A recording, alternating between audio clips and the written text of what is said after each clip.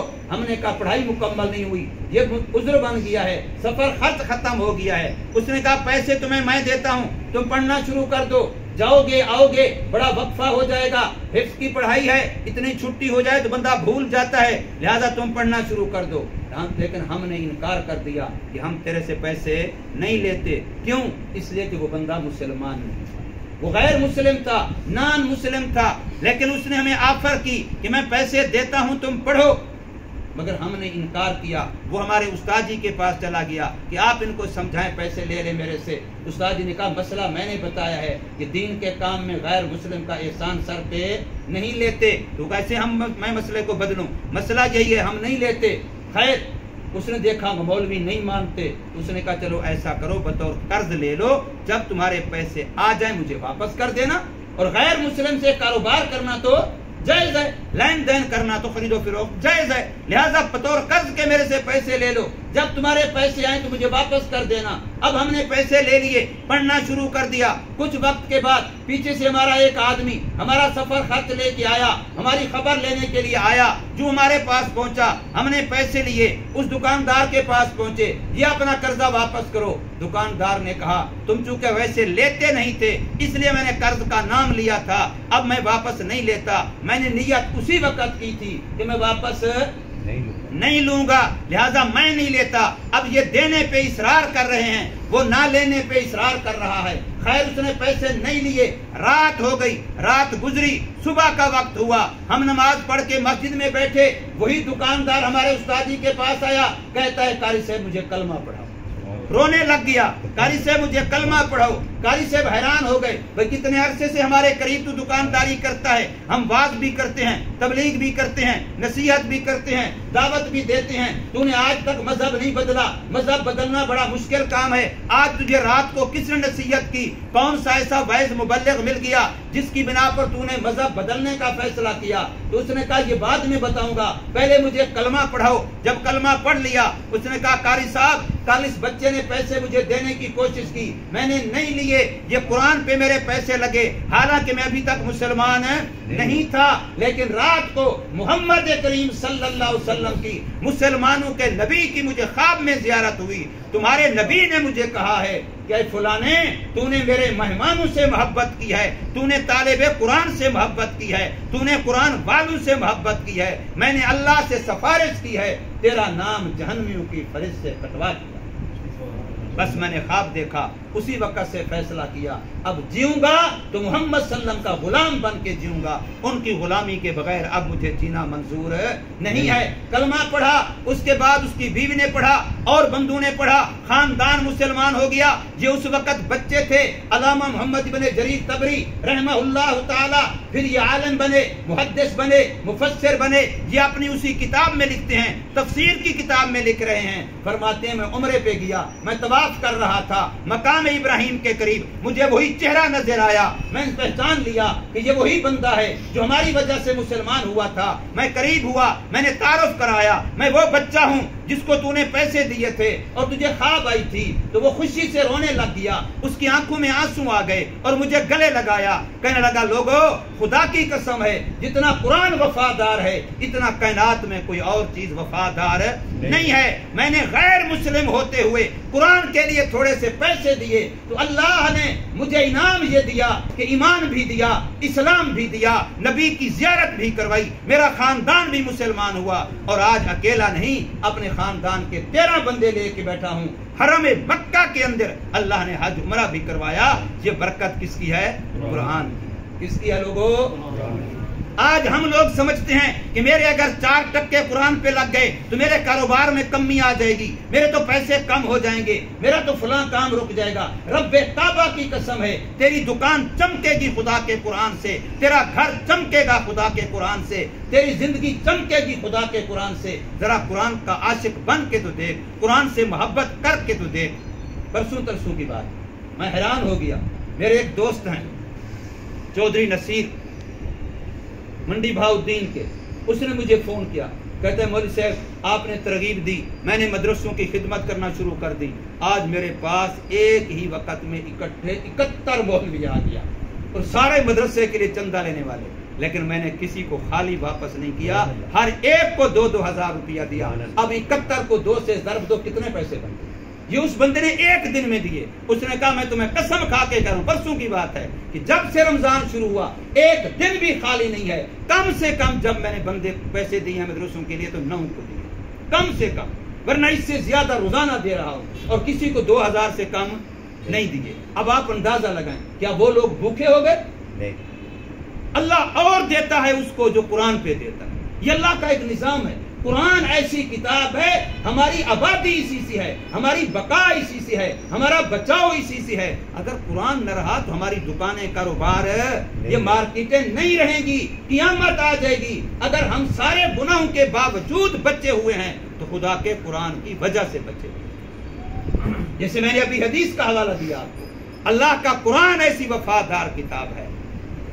آخری بات عرض کر رہا ہوں، غزوہ احد اسلام کی ایک عظیم الشان جنگ ہے۔ اللہ سب کو مسجد نبوی لے جائے، جو گئے ہیں ان کو پتہ ہے، مسجد نبوی کے باب عبد المجید سے باہر نکلو، سیدھے آگے چلے جاؤ، کہیں بھی نہ مڑو، سامنے جبل احد ہے، سامنے احد پہاڑ ہے، وہ میدان ہے جہاں یہ جنگ ہوئی تھی، اور وہاں شہداء کی قبریں ہیں، وہاں پورا ایک جنگلہ لگا ہوا ہے، اس کے اندر قبریں ہیں۔ حضرت امیر حمزہ نبی پاک صلی اللہ علیہ وسلم کے چچا اسی جنگ میں شہید ہوئے، اور ایک صحابی وہ جو مسلمان بھی اسی جنگ کے موقع پر ہوئے اور شہید بھی اسی جنگ میں ہو گئے۔ کوئی ایک نماز بھی نہیں پڑھی، کوئی ایک روزہ بھی نہیں رکھا، ادھر مسلمان ہوا ادھر شہید ہو گیا۔ میرے نبی نے فرمایا یہ سیدھا جنت میں، یہ بغیر حساب کتاب کے سیدھا جنت میں۔ 70 صحابہ اس جنگ میں شہید ہوئے ہیں۔ جو میں بات سنانا چاہتا ہوں ذرا اس کی توجہ چاہوں گا، 70 صحابہ شہید ہوئے تو اب کتنی قبریں کھودنی تھی؟ 70 قبریں کھودنی، 70 ڈیڈ باڈیاں جو ہو گئی، لیکن پتھریلا علاقہ ہے، پہاڑی علاقہ ہے، سخت زمین ہے، اب اتنی قبریں کھودنا مشکل تھا، اور خصوصاً جنگ کا موقع۔ باقی جو صحابہ زندہ تھے وہ بھی اکثر زخم خوردہ تھے بیچارے، اکثر نے زخم کھائے ہوئے تھے، جنگ بڑی مشکل تھی۔ اسی جنگ میں میرے نبی صلی اللہ علیہ وسلم کا دانت مبارک شہید ہوا تھا، اسی جنگ میں میرے نبی صلی اللہ علیہ وسلم کا چہرہ مبارک زخمی ہوا تھا، اسی جنگ میں میرے نبی کے سر کے اندر خود لگی تھی، وہاں سے خون جاری تھا۔ اور پتہ ہے نبی صلی اللہ علیہ وسلم کے خون کے ایک قطرہ اتنا قیمتی ہے کہ ساری کائنات کی ساری انسانیت کا خون اس کا مقابلہ نہیں کر سکتا، لیکن اس جنگ میں میرے اور آپ کے نبی کا خون بہا ہے، 70 صحابہ شہید ہوئے۔ اب یہاں فیصلہ یہ ہوا کہ اتنی قبریں کھودنا مشکل ہے، لہذا ایک ایک قبر ذرا بڑی بڑی کھودو، اسی میں 5-5 10-10 اکٹھے ڈیڈ باڈیاں یوں دفن کی جائے۔ فرض کرو 10 میتوں کو، 10 لاشوں کو، 10 ڈیڈ باڈیوں کو ایک قبر میں دفن کرنا ہے۔ اب مسئلہ یہ پیش ہے جو میں سنانا چاہتی، اس لیے میں سارا واقعہ سنایا۔ مسئلہ یہ پیش آیا کہ یہاں جو 10 بندوں کو اکٹھے رکھنا ہے تو پہلے قبلے کی طرف کس کو رکھیں، پھر کس کو رکھیں، پھر کس کو رکھیں، پھر کس کو رکھیں، 10 کی ترتیب کیا ہونی چاہیے؟ اب اس میں ایک احتمال یہ تھا کہ ان 10 میں سے جس کی عمر سب سے بڑی اس کو پہلے، پھر باقی میں سے جس کی بڑی، پھر باقی میں سے پھر باقی، ایک ترتیب یہ بنتی تھی۔ اور ایک ترتیب یہ بنتی تھی کہ ان 10 میں سے جو پہلے مسلمان ہوا اس کو پہلے رکھو، جو دوسرے نمبر پہ اس کو پھر رکھو، جو تیسرے نمبر والا اس کو پھر۔ ایک ترتیب یہ تھی، ایک ترتیب یہ تھی جس کی نمازیں زیادہ ہیں، جس کے حج زیادہ ہیں، جس کے عمرے زیادہ ہیں، جس کی سخاوتیں زیادہ ہیں، جس کے جہاد زیادہ ہیں، جس کی تبلیغ کے سفر زیادہ ہیں، یہ سارے احتمالات تھے۔ لیکن میرے نبی صلی اللہ علیہ وسلم نے خود اپنی زبان سے فرمایا کہ لوگوں سب سے پہلے اول آگے اس کو رکھو جس کے سینے میں قرآن زیادہ ہے۔ وہ نہیں سمجھے، جس کے سینے میں، بخاری شریف جلد ثانی کتاب المغازی کے اندر یہ حدیث موجود ہے۔ سب سے آگے کس کو رکھو؟ جس کے سینے میں خدا کا قرآن زیادہ ہو۔ اگر آپ بھی چاہتے ہیں، میں بھی چاہتا ہوں کہ کل قیامت کے دن اللہ کے زیادہ قریب ہوں، تو پھر اس کا طریقہ یہی ہے، اپنے دل میں اپنے دماغ میں خدا کے قرآن کو جگہ دیں۔ لیکن افسوس کے ساتھ میں عرض کرتا ہوں، انتہائی افسوس کے ساتھ، ہم جتنے مسلمان ہیں بڑے پکے نمازی، بے شک آپ کچہری بازار والی مسجد میں چلے جائیں، جو اگلی صف میں صوفی صاحبان بیٹھے ہیں، 10 سال ان کے اگلی صف میں گزر گئے ہوں گے، لیکن قرآن کی جو صورتیں 10 سال پہلے یاد تھیں آج بھی وہی یاد ہیں، ایک آیت اور آگے یاد نہیں کی مسلمان۔ یہ تو اللہ بھلا کرے مدرسے والوں کا، اللہ بھلا کرے مسجد والوں کا کہ وہ بچپن میں کچھ صورتیں یاد کرا دیتے ہیں، ساری زندگی وہی چلتی ہیں۔ کوئی ایسے بابے اب بھی موجود ہیں دیہاتوں میں کہ عشاء کی 17 رکعتیں پڑھنی ہیں تو ہر رکعت میں قل هو اللہ احد، بس دوسری صورت نہیں ہے۔ یار کیا بات، تیری زندگی کے سال بڑھ رہے ہیں، تیری دکانیں بڑھ رہی ہیں، تیرا بینک بیلنس بڑھ رہا ہے، تیری فلاں چیز بڑھی فلاں بڑھی، نہیں بڑھا تو تیرے دل میں تیرے دماغ میں خدا کا قرآن نہیں بڑھا۔ مسلمان خدا کو کیا جواب دے گا؟ یہ رمضان تو قرآن کا مہینہ ہے، رمضان تو قرآن کا مہینہ ہے۔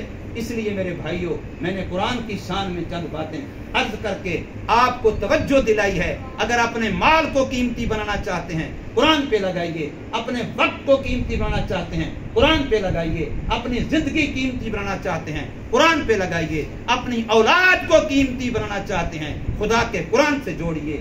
جس چیز کو خدا کے قرآن سے جوڑو گے وہ چمک جائے گی اور تمہیں بھی چمکا دے گی۔ اللہ تبارک و تعالی ہمیں سمجھ نصیب فرمائے، عمل